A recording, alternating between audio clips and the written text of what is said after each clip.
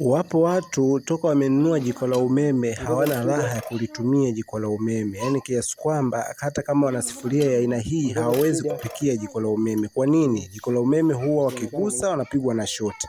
Sasa hii leo nimekuletea video ambayo itamaliza tatizo lako. Kwanza kabisa subscribe channel yangu na ulike na ucomment hapo kwenye comment.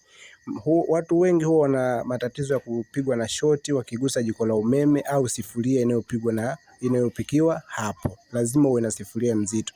Lakini leo ninakuambia una uwezo kupikia sifuria yoyote ile katika jiko la umeme bila ya kupigwa na shoti. Sasa kama unahitaji kupikia sifuria hizi hapa kwenye jiko la umeme na usipigwe na shoti, basi nipigie kwenye simu namba 0787202135.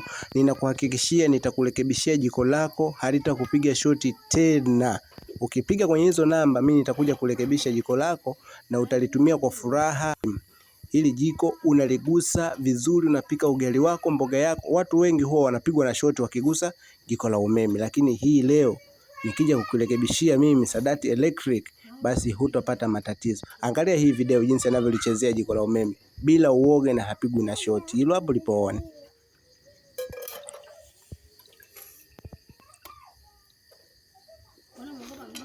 Ongeza speed hapo. Ongeza. Usionekane mwenyewe, onyesha mkono kwa hiyo. Ongeza mpaka mwisho.